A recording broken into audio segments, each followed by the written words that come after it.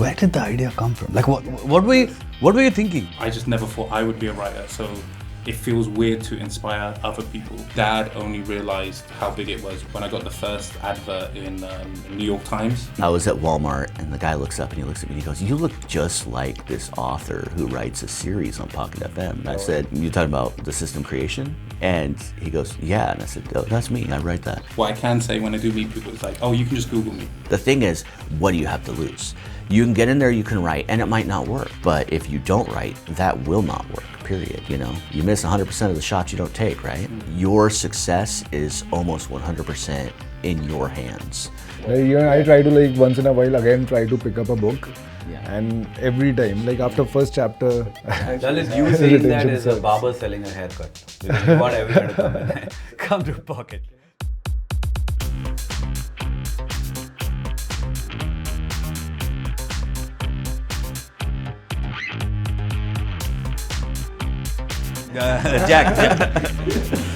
Jack, you were a music teacher before. Yeah. After finishing university, that was my first job. So what kind of music do you specialize in, man?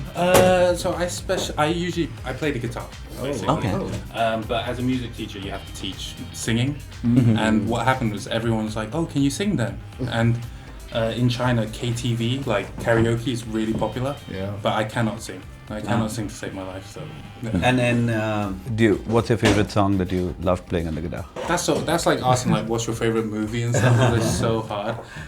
Actually, ever since I started writing, that you're good at playing. Good at. Chopsticks. But yeah, I really don't know. I haven't played the guitar since I started writing. Like that's how like busy I am now. It tends to eat up everything. I understand that completely. Nice, man. And at what age did you start writing? So I tried to write a lot of comics from about like 15 or so. And I got my first 2 like publishing deals around like 16, 17. But it was more for comics, not for novels. And at that time, I didn't realize like it's really hard to make money in that space. And so then I kind of gave up for a long time. And then when I became a teacher, it was like, oh, I've got this free time, let me start writing.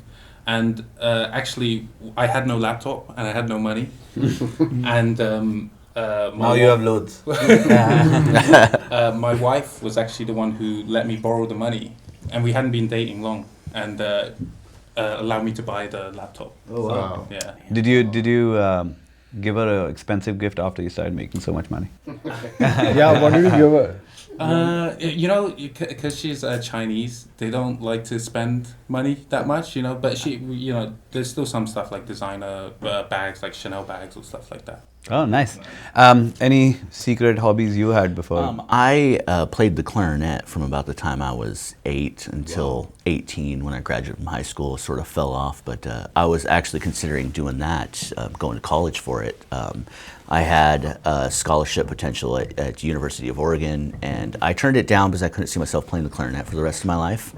But in retrospect, I could have minored in something else, and or minored in music performance and majored in something else. But I decided to go the military route instead. So. And when did you write your first ever story? 2 years ago. Oh yeah. Yeah.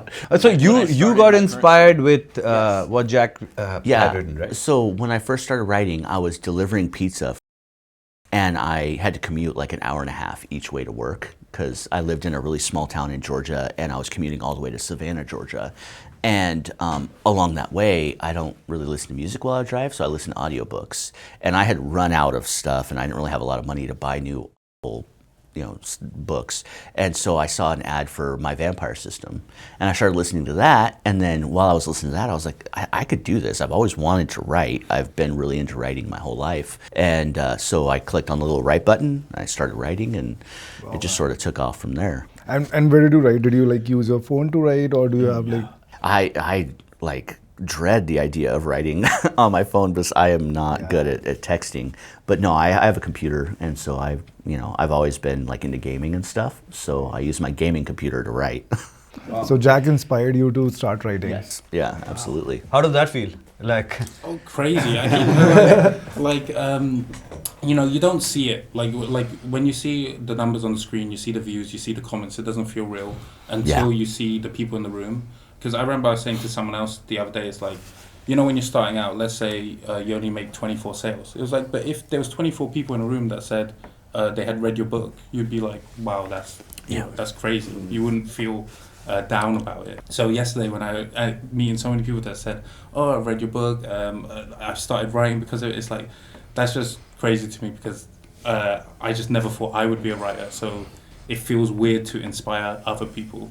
Yeah, and you know, that's a big one, because I always feel that, I mean, money comes your way, fame comes your way, but when you start becoming an inspiration, that's when you're changing lives. And I think it's brilliant that you've been able to do it. Before I go to Lalit and Patrick, I actually want to ask both of you, because there's a common thread between both your lives, and like both started off humble beginnings, if I can say. How has life changed? And obviously walk into how what these guys have created to impact that. But like, how has life changed for you guys? I mean, I'm sure, you know, like you said, a laptop was not affordable for you, and now, I mean, you could sit here in LA and buy whatever you want. So how has life changed? I think a lot of people who struggle financially, they think, oh, if I was just rich, then all the stress would go away. Well, one thing that I've learned is that as I've become more financially stable, the stress doesn't go away. It just moves to a different arena. So I went from stress over being able to pay my bills, get to work, survive work, come home, whether or not I'm gonna be able to sleep, to now I sleep fine, I'm pretty financially sound, but now the stress is, okay, where am I going next with my story? Where, you know, how are my metrics looking? You know, are people really liking it? What do they think? What am I gonna do next? What if it all just stops suddenly? Then what am I gonna do? What if I have to go back? You know? And so it's just the arena of stress just sort of shifted. It's a good kind of stress. Yeah. I'll take it. Yeah, it's a good problem to have, you know. Yeah, I mean, like, for me, it's changed so much. We were just talking about this, like, I get to go to so many countries, like, just because of writing books. Like, I've been to Singapore, Hong Kong, LA now. Hopefully I get to go to India as well. And then, and I love to travel. I've always loved traveling before. But even before, my standard dream was just to be able to have any car, like a regular car, and any house. If I could at least do that, then it was like, okay, that's great, you know. And I'm 29 now, and we already have a house and everything. So it's like kind of like, oh, what now? And the other thing is, though, that I really appreciate, and we talked about this before. For me, when people ask like, oh, well, what's rich, right? I just like that I can go into a supermarket and I don't have to worry like, oh, I've got $100 budget. Let me try make up, you know, this budget. Because I remember, like you said from the beginning, that was my whole life, you know, like, oh, I've only got, because I'm from the UK, £10. It's like, I've only got £10. What am I going to eat or what am I going to do? So now that I don't have to worry about that, that's the greatest. That's powerful. And Lalit, coming to you, I know you come from a small town, Bareilly in India. I mean, you've lived this as well. But how do you now feel that you are created, and you've created a platform, you're working on a platform which essentially is changing lives? And like what Jack said, like it's not just about the money, it's about just having that impact. What's your take? How do you feel? Is it like, does it hit you sometimes, like beyond numbers and decks? I've actually not like honestly thought about it that much, but like meeting you guys sort of makes me feel slightly proud that we have been able to create this platform which has a potential to change so many lives. So in my mind, there are already a lot of people who have started writing on Pocket and their lives have significantly improved. They have like created a good audiences, their name, and financially also they are like well off. But I see it as a big potential to impact like more lives. So, and there are a lot of readers that we have seen in India especially. By the way, our UGC India is much bigger than our UGC US. So in India, almost all the shows exclusively come from the UGC's writers. And those are like massive shows. And I've like sat with these writers and listened to their stories. So they are like, in India, there are a lot of housewives who their families, like it's very different, the culture is very different, their families are completely against them writing or doing anything other than like household things. Now these housewives are finding time, like sneaking out and writing on Pocket FM, and now they are like the main bread earner for for their family. So it's very it happened, like we didn't plan for it, but it happened, and now we feel there's a huge opportunity for us to like impact millions of lives, potentially millions of lives. And especially in US, where people want to write something and everyone wants to become almost everyone I've spoken with, they want to write something, maybe not in fiction, maybe in non-fiction. And we want to like create a platform where we give them tools, we give them a voice, and we give them the audience, so that they can like quickly write, produce without having any experience, no resources, and quickly launch it on the platform, see how the content is doing. Yeah. So that's the idea. Yeah. I think it's funny what you said though, like, because I never told anyone I started writing. You know, like it wasn't like, because it would feel embarrassing.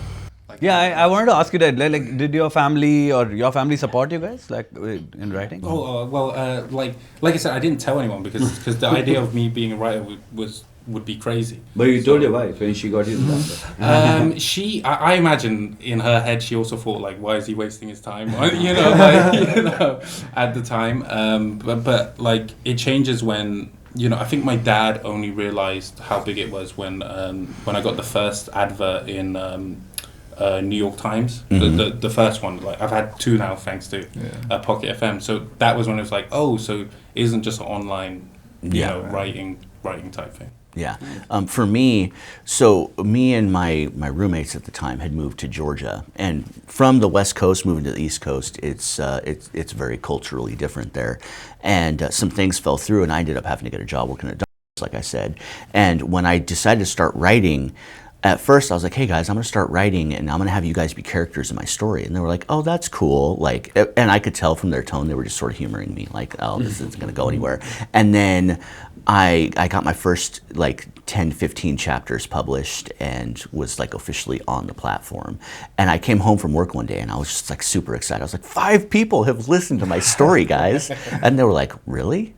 And then just every day it was 25, 100, 1,000. And they were like, wow, this is actually really going somewhere. And so they started to be more and more supportive of it. And then we moved back to Oregon, and I don't know why it coincided this way, but that's when my story really took off, when I got back to Oregon. And at that point, I was able to make this basically my sole job. And by then, they were just like constantly trying to help me with ideas and give me feedback, and, you know, regularly tell me, oh, I would do this in the story if I was the character, you know. And so I had someone other than just myself sort of directing what certain characters would do in the story. But they were super supportive. And like, as far as my direct family goes, my dad doesn't understand what I'm doing at all. He's very, he's not very technologically sound, which is fine. He's old school. And my mom was like super proud of me when she saw you guys had featured me in an article in the LA Tribune. And when she saw that, she was like, she actually told me about it. And she's like, you're in the paper. And I was like, oh, wow. Patrick, you've been in the creative world for a while. Yeah. I'm going to throw a very controversial question at you. The writers would love me for it. Writing is an extremely underrated profession in this world, right? Why is that? I mean, these are the guys who create the stories. What's your take? You've been around for a while. Why are writers the most, if I can say, underpaid people in the industry? You know what's funny is I think maybe the reason behind that is because, you know, it's there's a sense that everyone can do it, right? Mm-hmm. Everyone writes in their lives. You write an email, you write something, and so there's sort of a sense, and maybe people go to school for it, maybe people don't, but there's a sense that anyone can do it. Just get a writer. They're gonna write the thing, right? And then you realize how difficult it is, right? You guys can speak to that. You know, it's not easy. There's lots of people that want to write. You know, it takes years and years of craft. I have friends that have been writing for 15 years, you know. The joke in Hollywood is that you have to write 10 scripts that are terrible before you write the first one that's good, right? So I think people think it's easy, and then if you're actually doing it, you realize that it's pretty difficult. I would say that from the UGC platform point of view, like I share the kind of pride that Lalit has, because I think what the platform does is, Jack and I were talking about this, is it allows writers to just jump in and start practicing their craft. Mm-hmm. And Jack said, hey, maybe the first one doesn't work, right? Maybe but maybe that you practice there, and then you write the second one, and that starts to work, right? And so it is encouraging to me to hear the stories where someone who maybe didn't think they could be a writer, or someone who wasn't in the Hollywood system, so to speak, can jump on, start writing, and then the best stories I hear, like I love to hear the 1 billion view stories, but I also just love to hear I quit my job at Domino's so that I could just write. Yeah. Right? So I think that's what excites me about the UGC platform. Yeah, and honestly, I'm glad that Pocket is trying to change that with the writers, right? Like, we're trying to give them their due. I think you guys are the creators of heroes, villains, systems, vampires, and I think the magic that you bring to the table is second to none. I know you were featured on, I think, New York on the Times Billboard, LA Tribune. Those are fun things that happen. But have you ever used like your name as an icebreaker in a party? Like, I am JKS, the creator of MBS. Has that happened yet, or have people recognized you? Kind of, but like, because going back to what you actually asked, it's like if people ask, oh, what's your job? And if I say I'm a writer, they're like, oh. Like, it's the eyebrow thing. It's like, oh, poor you. Yeah, exactly. Oh, poor you. Oh, you must sorry, be you trying made a hard. mistake. Exactly. Or maybe it's like, oh, so you do it in your spare time, Yeah. or that's the common thing. And then the second question is, where can I buy your book? So, and then this is also disconnect, because it's like, well, my book's not in stores, right? It's not a physical book; it's something online. So, so that doesn't happen. But then now, what I can say when I do meet people is like, oh, you can just Google me. And then if you Google me, it comes up. The other thing with what you were talking about earlier as well, I used all my friends in my story, their real names. And now if you Google their real names, it will come up with the My Vampire System characters. Yeah. Nice. So I have used that a few times where it's like, I meet someone first time, they goes, you're a writer. They goes, oh, what books do you write? And then I just say, oh, you can just Google my pen name. And then they'll find out later. I think the best story was, we rent out my house in England, and when he got the contract for the agreement, he saw my name, and then he wrote to me. He was like, "Oh, you're the author of My Vampire System. I listen to your story like all the time." It's like, so that was the biggest experience of like. Is it cool to be recognized? Does it feel nice? Yeah, like we were talking about this as well. Like, I would Yeah. love it if people did recognize me, to come up and be like, oh, I read it. But being an author, you're not the face of the story, right? So hardly anyone will recognize you. Yeah. And it's kind of good, because then when you do like conventions or book signings, for those 1 days, you're a celebrity, just for those 1 day. Yeah. And then after that, you can live your normal life. Incognito. But Google Me is a pretty strong, powerful. Hey, Google me. Do you get recognized in the community? I have only been recognized once. I was at Walmart, and I was checking out, and the guy looks up and he looks at me and he goes, "You look just like this author who writes a series on Pocket FM." And I said, "You're talking about the system creation?" And he goes, "Yeah." And I said, "Oh, that's me. I write that." He said, "I didn't know you lived here." I was Did you like, buy him a drink? No, I was sort of in a hurry, and he was just like, "Oh, I really like your story," and blah blah blah. And he started asking me questions. I was like, "That's really cool, man. If you look me up, like, here's my information. If you ever want to, ask me questions or whatever about the series and what I do and whatever, feel free to hop on there." And as far as I know, he hasn't actually sent me a friend request on there yet. But every time I see him at Walmart, he's like, "Hey." He has a fun story telling his kids back at home. I caught up with him. Lalit, what's Pocket FM's?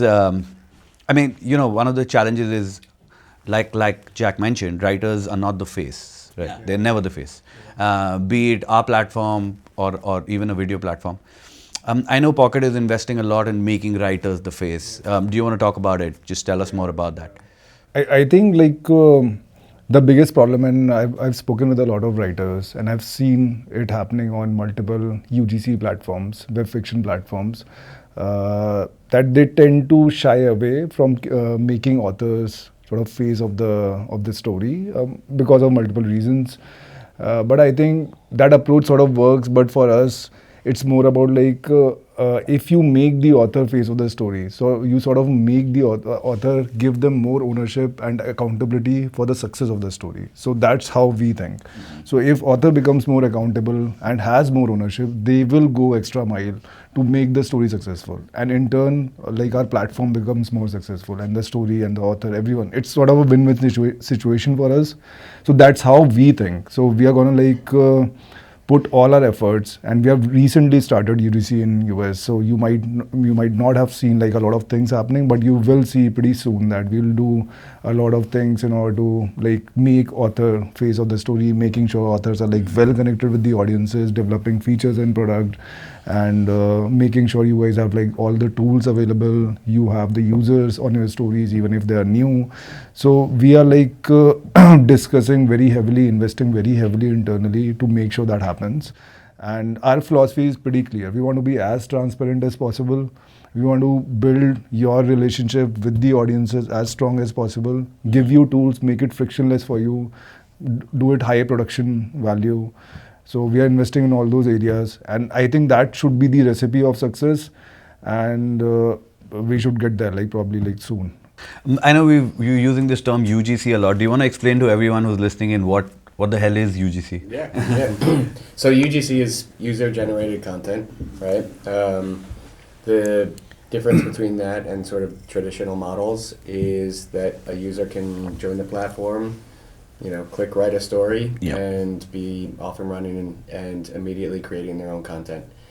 And I think the thing that excites. So I used to be a studio executive, right? In that model, you send me a script, or you come in and pitch me a story, and then I get to tell you if we're gonna make your movie or if we're gonna make your TV show.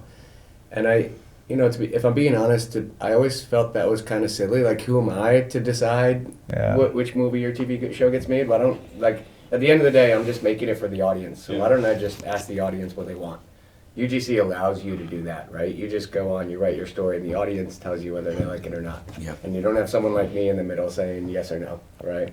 So yeah, that's UGC. It puts, in my mind, it puts the power in the hands of the creator rather than some middleman or studio executive or gatekeeper. Yeah, I completely agree. Like we face a lot of problems when we like partner with external, let's say publishers, partners, platforms, and at times like they are the ones who are deciding whether to like do it or not, whether to go through with the contract or not, right? Mm-hmm. And it should be the writer. If writer feels that okay, I want to be on Pocket FM, my work should be on Pocket FM, then he should or she should be the one to decide that. And I think like that aligns directly with writers. They need to have they want to have more control over their IPs, and that's what our objective is. But also, a question to you, Steven, when you're that close to the audience, right, which is what Pocket's trying to do, get you as close to the audience as possible, do you sometimes have the pressure of writing based on what the audience wants to hear?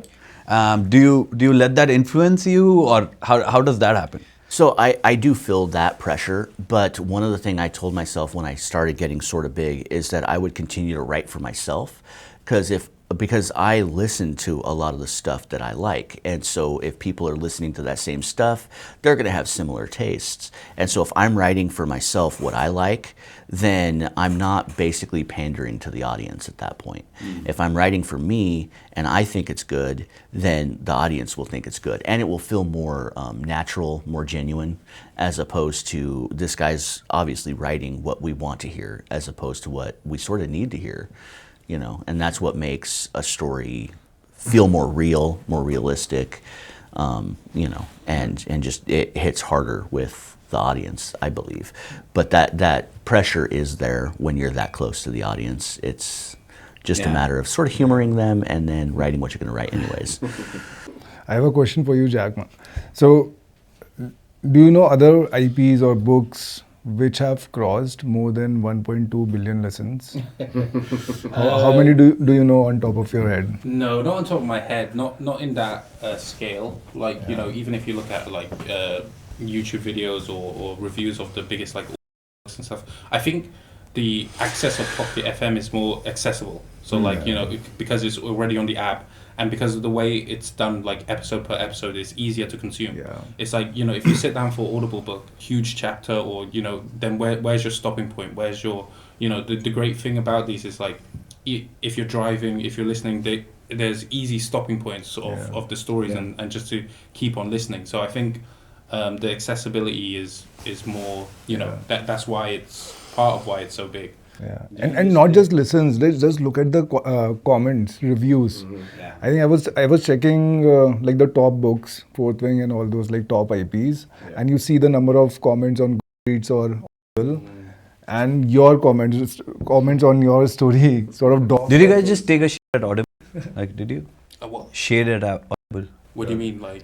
Did you guys just try to diss them down? Oh no. Okay. No. I mean, it depends what you prefer. Like I said, like there's different things for everyone. I think like for instance, on my Vampire System, a lot of people like the images and the subtitles and things like that. And at the time when Vampire System was coming out, you guys were still adding those images, and I would get so many messages saying, when you gonna add the images for the next one? When you gonna do this? I'm like, it's not me. You need to annoy Pocket FM about it. What's I know you started writing during the quarantine, right? And yes. So the world was shut. I mean, your laptop, your family, and the dream would have been different then. I mean, the dream would have been like 10 people read or 5 people listen. And now after 1.4 billion listens, what's the dream now? And how's that changed? And how's the process changed also? There's a weird thing because the dreams in your head, I think the journey to the dream is more exciting than when you actually get it. Because then it just feels surreal. Like I said, I started off with comics. And my thing was always to do comics. I even started writing just to fund the comics. So that was initially, I was like, if I can just make $400 or $500, I can use that for artists to help with the comics. And then the dream changed. So the goalpost moved, you hit that. And then it was like, okay, if I can make the wage I make as a teacher, then I can quit my job and keep it that. And then you pass that one, and then it keeps changing. So then Pocket FM as well, like now they make a comic of my Vampire System. So it's like, okay, so like I said, the journey there, then when you get it, it's like amazing for that time. And then the next day it's like, okay, you just keep going, what next, right? And then now, like, I would love, obviously, like a TV show or animation or something, but it's hard to say that was my dream because it was never a dream, just like I said with writing. It's not like, I wasn't like, oh, you know what, like I think a lot of Hollywood people do, or people in LA, it's like, I'm going to write the best script and it's going to become a movie, it's going to become, I just never had that feeling. Stephen, what's your dream? So my dream is just to get to a point where my story is recognized like on a similar level to his, and then I can sort of use that as a branching off point to write other stories that will gain traction because of my prior success, sort of eases open certain doors that are harder to open when you're first starting, More people recognizing you. But no, I just really like telling my story and having people go, I really like this, because it's something I've been doing since I was really, really young with Dungeons and Dragons, is, just telling a story and having people join me in that sort of adventure. And now it's more like I'm just telling the whole story to the people. Yeah, and I want to come back to both of you on just both your stories. But before that, Patrick, like, I know, both of them are speaking about dreams, and Lalit, you can chime in as well. What's Pocket's role? Like, I mean, in trying to get these guys to where they want to get? Like, I know for Pocket also the benchmark keeps changing with each success of the writers, right? What's your role in terms of building that? So I think I'll break it down into like multiple steps. I think the first step would be to make sure that we have enough users on the platform, people on the platform who like different genres. So if you want to write like dark fantasy or something like very different, so we should have like people who like that content on the platform. So that's our first step. And you immediately start getting the feedback. right? Yeah. So the second step and the second sort of broad area where we are working on is to make sure that the experience becomes super smooth for you. And in experience, it might be like tools that you require, it might be your onboarding, it might be your payments, it might be your how you are interacting with your audiences. So the entire experience becomes rewarding for the writer, and you also get to like sort of improve your skills, hone your skills by taking the feedback from your audiences. And with in experience, it's also like recognition of the writers, making them face of the story, making you popular, and yeah, like the third one is of course like it should be financially like good for writers. Yeah. Versus vice versa, if you go with like any other platform or directly to the publishers, we want to like make sure a big chunk of money that the IP is making is going directly to the writers. So I think these three things sort of encompass, in my mind at least, if we do this correctly, then more and more writers are gonna join the platform, and then they're gonna see the value automatically. Yeah, I would echo all of that. I might sound like a little bit of a broken record, but I think that, you know, when we set up the product in a way that it makes it easy and frictionless for writers to write, when we have the audience and we can deliver the audience for them, again, I think that the idea for me is just give the keys to the kingdom to the writer, right? You're the ones that are in charge of, you know, charting your path of building your future, and we're simply the platform that lets you do it. And if we can allow you to do that, then we give any writer from anywhere a voice. Nice. Coming to the origin of MVS, where did the idea come from? Like, what were you thinking? Yeah, plus like why don't you tell the listeners or viewers like a short log line about your stories, the people who don't know about it. Yeah, and also I really want to know what were you thinking. Like, you got up one day and like, okay, vampires, let's do this. Yeah, I actually, someone else asked me the question at the event and I couldn't remember, and then it hit me and I was like, oh, now I remember how I started it. But yeah, first logline, like my vampire system, the world, everyone has powers in the world, and they're fighting against an alien race, so it's set in the future. The main character doesn't have any powers, so he's kind of like outcasted because of that. And then one day he opens a book passed down by his family, and the book makes him into a vampire. So it's quite a different setting and goes through different things. But the reason I did it, so the sci-fi aspect was because I had read another book called Super Gene, which had a sci-fi feeling. So I thought like, oh, I really like that it's set in the future. Let me base it. Which is also there on Pocket FM, just by the way. It is on Pocket FM. Plug in. Yeah. So Super Gene was the why I did it sci-fi.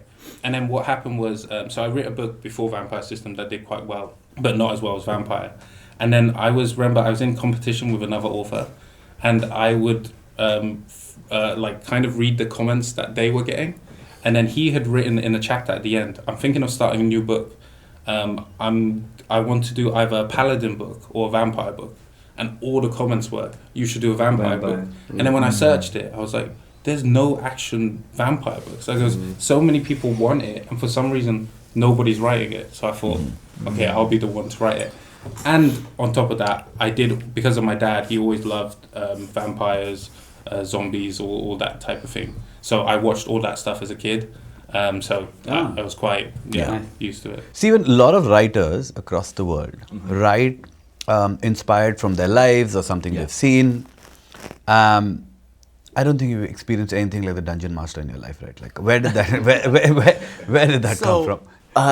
Being a dungeon master. So when I was rewind a little bit, my uncle bought me a beginner's Dungeons and Dragons set when I was like 9, and I played around with it a little bit. But when I was 10, I got my friends together and I tried playing it, and I wasn't very good at it. And then I ended up like I just kept at it, and I kept writing all these little stories and adventures and stuff.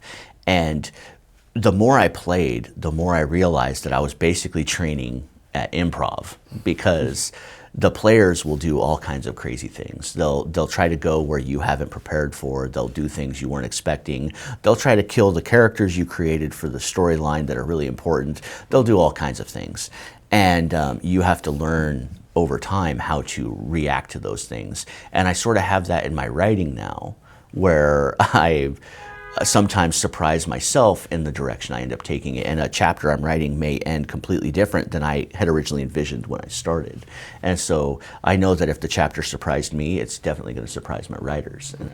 Do you hear your episodes, go back, hear them on Pocket, and then you're like, oh. I actually listen to them before I publish them on Pocket FM. I plug them into Speechify. And then I listen to it with the, like, I'll be listening here, and then I have the text here, and I'll make little edits that I hear that I couldn't see, you know. Do you ever go and listen? Never. You don't like your work back? I've never read it back. I've never listened to it back. And this is the problem, because then fans will ask me questions. I was like, I wrote that 5 years ago. I don't know what you're asking. You know the story better than me.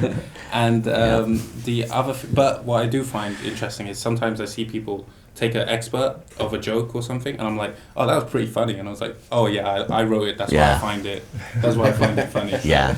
Lalit, what's your? I know sci-fi, fantasy is a big category on Pocket. What excites audience about it? Like, what's so exciting about? I think these should be they should know better. But even No, from a platform perspective, like from the platform perspective, what I feel is fantasy has these like progressions. So once you are in the story, if you have listened to like 1 or 2 hours of the content, then you go deeper in the story, and there are always like some progressions which are happening. Like either there are levels, either the villains become like stronger, the main character starts like slowly gaining powers by doing some quest, right? And the world sort of evolves a lot.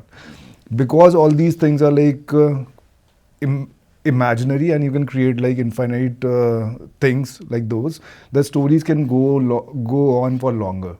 And people sort of goes deeper in the story because they are going deeper in the story, they are so hooked, and they retain. So what we have seen in the app is like fantasy users retain for much longer than any other category. Because in romance drama, what will you do? How much can you like keep the couple separated? Eventually you'll have to like maybe also because you're transporting them to another world. Do you ever think you'll write anything which is not fantasy? I've got like my latest thing is like a male drama book. I would love to write. I did try writing a romance. It did not do well. But yeah. Did you have vampires flying into that? No, I didn't have vampires. But yeah, I mean, I agree with what you were saying. The creating the new world is, I think, the best thing. It's like it's the ultimate thing of imagination. Like everything's new. You're learning about the characters. You can create whatever you want. And because of that, it's kind of like escapism in a way. Yeah. And it's the only way you can escape into... Like, if you do a male drama, it's still set in our real world. But if you do a fantasy, it's true escapism. It's true, away from everything. So. Does writing allow you to escape also? Oh yeah, absolutely. What a lot of people don't understand is that when I'm not writing, I'm usually thinking about what I'm going to write next. Like it's become literally the cornerstone of my life. It's the majority of what I think about. Sometimes my girlfriend will be looking at me and she'll be like, hello. And I'll be like, what? And she's like, I was literally just talking to you. And I'm like, oh, I'm so sorry. What did you just say? And then I have to like force myself to really focus. It's not that what she's saying isn't important. It's just that like so much of my life is about what I'm writing right now, you know, and there is that tiny bit of pressure that now that this is my sole job, I have to really maintain a strict level of discipline, or else, you know, who knows what could happen, you know.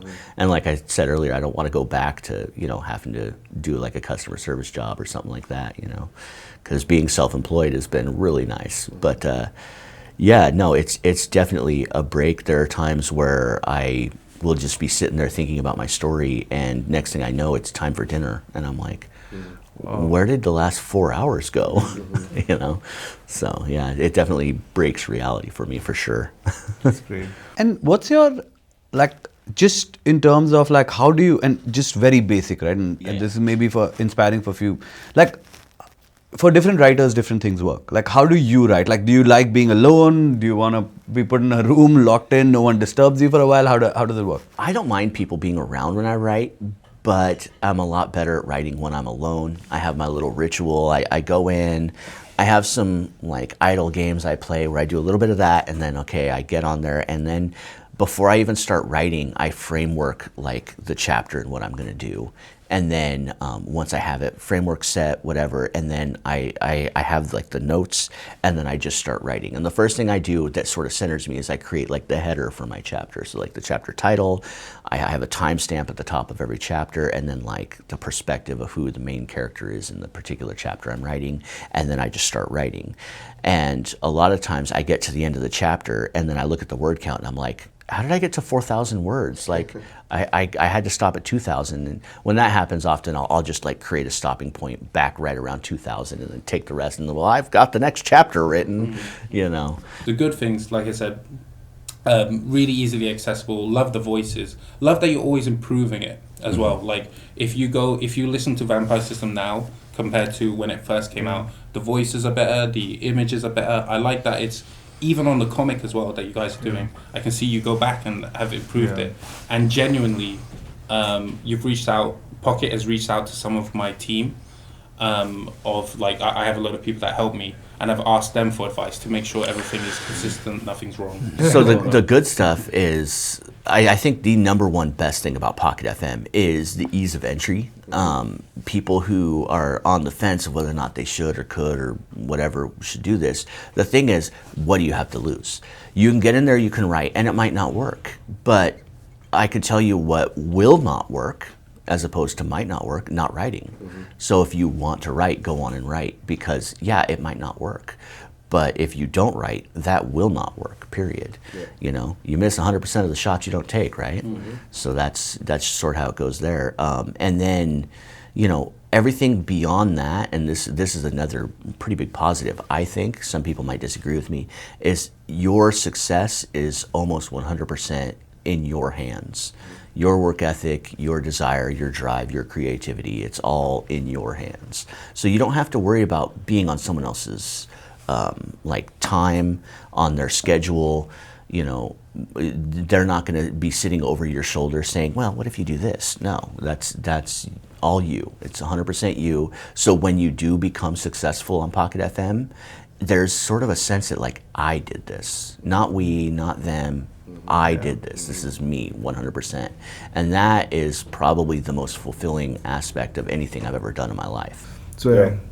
I think it comes down to discoverability, right? So Yeah. I think we really need to focus on how do we, you know, empower audiences to discover new work? How do we empower writers to bring their own audiences to the platform to discover their work, right? So I worked at Netflix previously, and always the great stories at Netflix was I found this little indie movie I never knew existed because, you know, the algorithm was able to somehow know that I liked this type of movie and help me discover it, right? Yeah. And so I do think there's a ton of value in, you know, being able to figure out how audiences can discover short shows that are just started, right? And start engaging with the author and encouraging them and giving them feedback and maybe giving them ideas of where to take the story. In addition to showing like the big shows that we know people are going to love, you know, it's kind of a combination of both of those things. And I think, you know, being able to increase that discoverability for all of our writers is important. Yeah. Do you think audio is a better form in terms of consumption of your story, more faster, more easier? Yes, because one of the reasons you guys want us writing chapters that are, you know, no more than 2,000 words is because a lot of people, they're busy, they've got stuff going on, they've got 10 minutes. That's it. And so, you know, I call it sushi roll content. So there's the whole content cut up into pieces, right? Yeah. And each little bite is more of the sushi. Yeah. And so with audio, you can do something else while you're listening. You can drive, you can work, you can be filling out numbers on a spreadsheet, you know, whatever, data entry, anything, right? Anyone can be listening and then, you know, also doing something else. If you've got a book in front of you or whatever platform. Or even movies. Yeah. Like even movies. You have to focused, sit there not and audio. it's all on that. Yeah. And that's one, like, I love to read, but I've gotten to a point where it is so hard for me to just focus on reading. I'm constantly going, and then, you know, I lose my spot and whatever. I think that is true for everyone. Like, you know, I try to like once in a while again try to pick up a book, and every time, like after first chapter, Lalit, you saying that is a barber selling a haircut. because you want everyone to come and come to Pocket. Coming back to family, we've actually not done something like this on the podcast before, but because we have Wendy, Jack's wife, right here, I'm gonna throw her in the spot, ask her a few questions. Wendy, why don't you come in?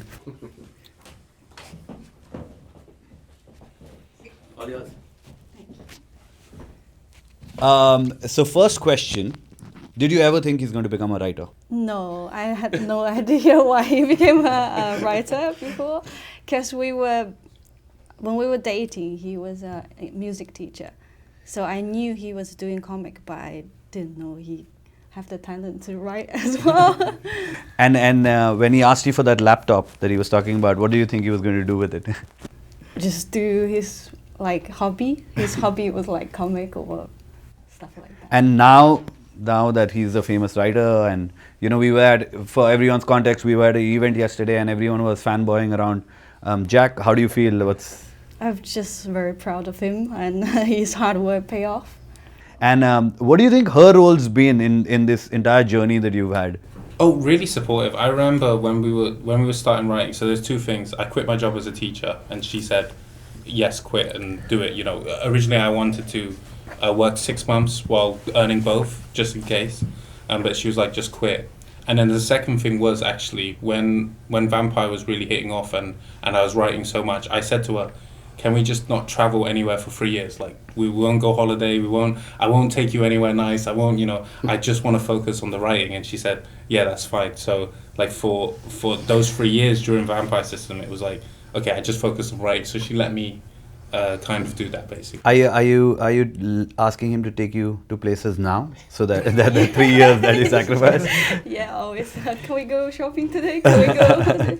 Yeah, even today. But then it's like, oh, I've got another meeting. Can we, go to it? So. Thanks, Wendy. Thanks for coming in. Really appreciate it. I honestly wanted to thank you on behalf of Pocket as well, because if you hadn't supported Jack the way you have, I don't think My Vampire System would be what it is in Pocket FM. So thank you so much. Really appreciate it. Thank you.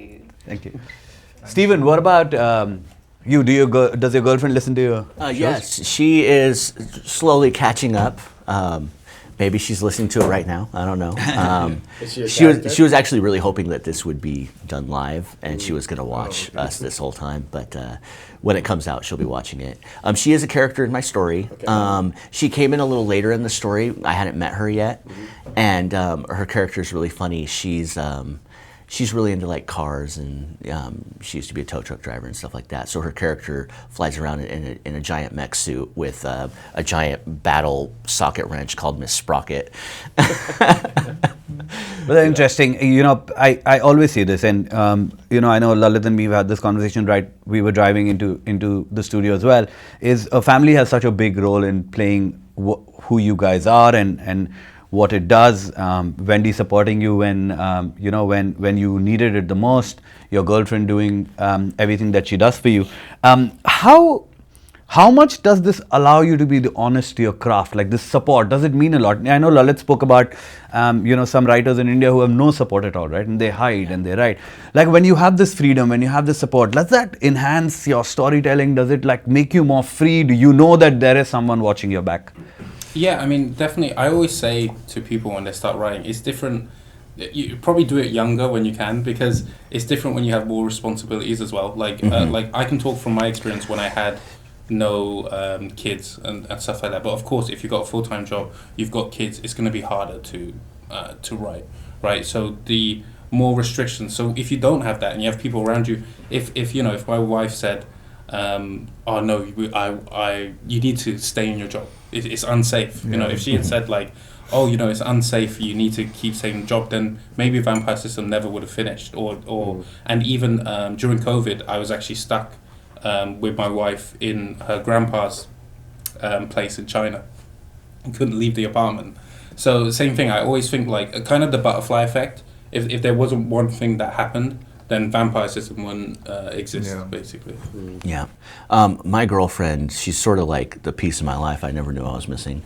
She came along and things just got even better, and I think my writing even got better, but she's always telling me how proud she is of me, and she's become a big motivating factor in why I write, what I'm writing, how I'm writing, making things a little bit deeper, more meaningful, and yeah, she's just been a huge support, like, you know, making sure I eat, making sure, you know, I take breaks. What's her name? Angie.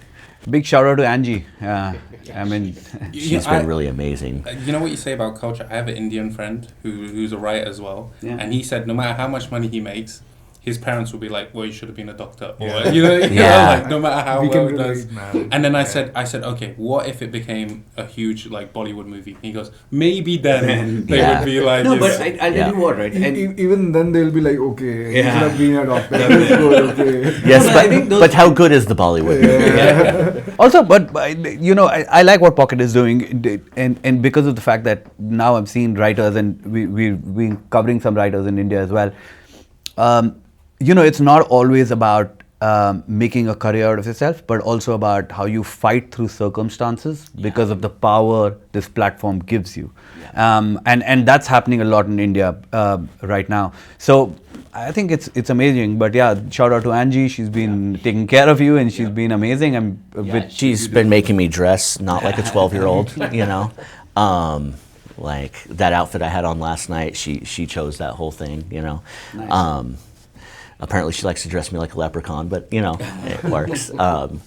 But no, she's been a really big influence in my life lately, and giving me my space to write, and you know, always just being positive about what I'm doing, and like she brags to her friends about me and anyone she can. Like we went to like a family gathering of hers, and she was just telling everyone, "Oh, he's a writer. He's a famous writer." And I'm like, "Well, I'm getting there. I'm working on it. It's You know, the opposite to dream." what I said as well, I also think you can start at any age, because someone told me a story the other day where they had listened, it was a woman in the Midwest or something, where she had listened to Vampire System. She's Yeah. 60 years old, and then she decided to write because of Yeah. Vampire System, and now makes a living off Pocket FM, you know, Yeah. income. And I was like, these are the stories you need to like kind of Yeah. show out there and be like, Yeah. oh, look, you're changing. Yeah, I mean, for us, it's never been about just money, right? It's about changing lives, Yeah. having that impact. That's been very important to me. Is the money's great. It gives me freedom. It gives me peace of mind. But I've always been adamant that I'm not writing for the money. I'm writing for me. I'm writing for my story. I'm writing for what I want to tell, legacy, all of that.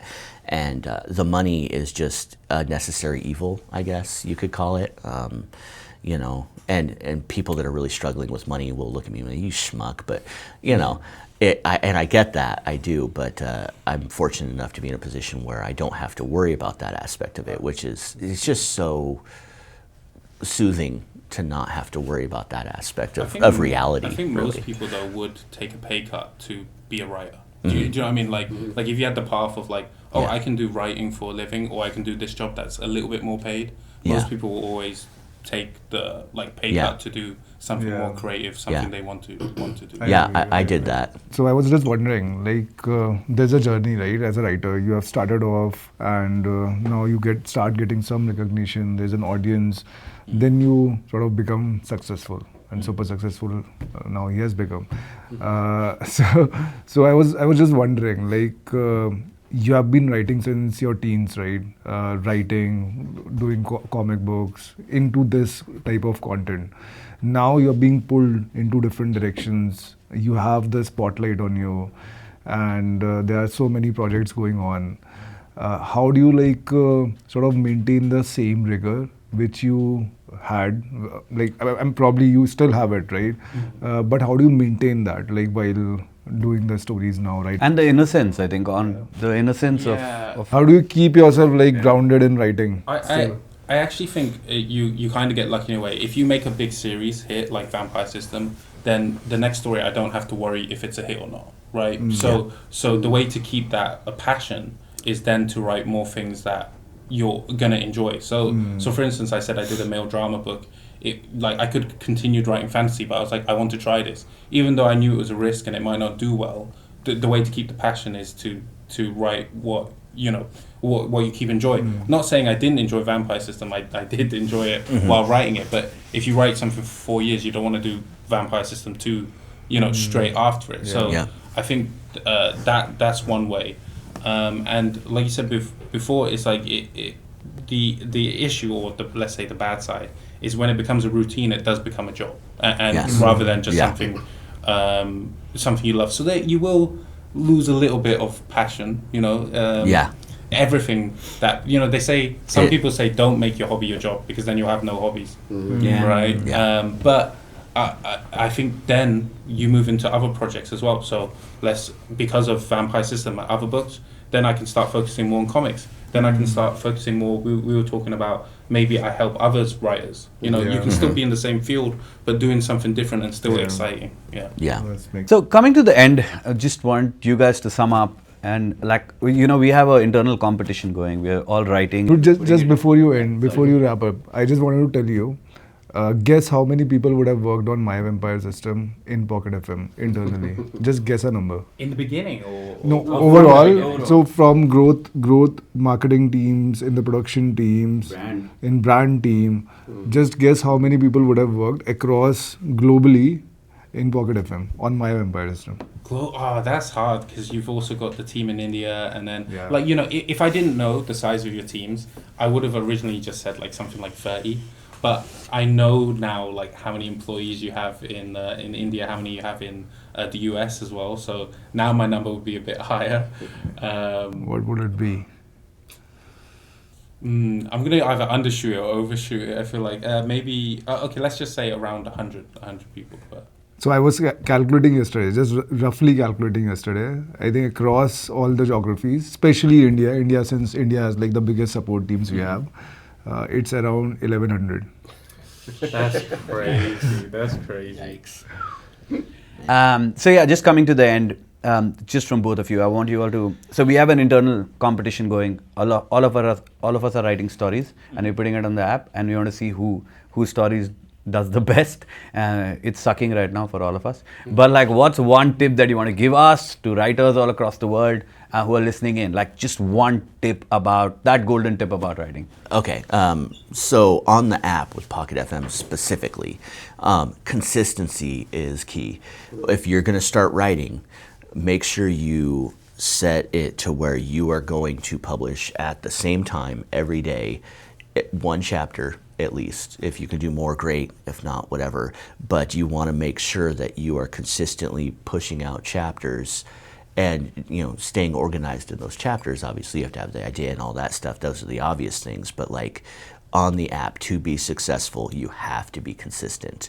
And that's the biggest way you're going to get picked up by the algorithm. They're going to start pushing your story, and everything's really going to blow up for you. If you can show them you're willing to put in the work, and that you're not just going to release 50 chapters and then decide you don't like doing it and drop off. If you're consistent, you keep going, and just stick with it. That would be the biggest tip I would give. I'll give two. One's kind of a joke, but not really. But read My Vampire System. That's first tip. But genuinely, I saw a comment on Facebook from a writer from Pocket FM, and they said, read my story. It's much better than Vampire System. And then people were like, why are you trying to bring down another story to promote yours? Yeah. And then in the comments he goes, it's meant to be a vampire story, but he's fighting aliens. Why is he fighting aliens, right? And it's so then clearly they hadn't read the story. And I said this yesterday as well, is you need to kind of read what's popular to know what's doing well, know how to, why is it doing well. So that's the kind of jokey answer. More. Yeah, read more of the top ones. And then the second one is just literally just publish. Because if you same thing, I never understood why editors are the one choosing what is successful and what's not successful. Right. It made no sense to me, because it's well then surely that person should have been a hit writer if they were the ones choosing. If he has the crystal ball, Yeah, exactly. So the UGC is just publish, otherwise you never know. What's the point of it being on your laptop? Those who can't write, edit. Yeah. No, that's a great note. I think just taking the leap when you have it. I mean, if you hadn't taken the leap during COVID, you hadn't left your delivery and started writing, I think that's great inspiration for all of us, just thinking of dreams that you have and jumping onto it. Thank you so much for taking out time. Really appreciate this. I think from behalf of all of us at Pocket FM, we love you guys. We obviously see what you guys do for us. We want to thank your families. Let them know that they've been awesome in supporting and letting you know, do what you guys do. And thanks for making our dream come alive, because it's your words that are transporting people into multiple platforms through our medium. We're just being a medium. We're taking your stories to the world. So great stories. Thank you so much. And it's amazing. And for everyone listening in, once the cameras go off, Jack is going to actually play the guitar for us. So you guys don't miss that. Get the guitar out. Thank you.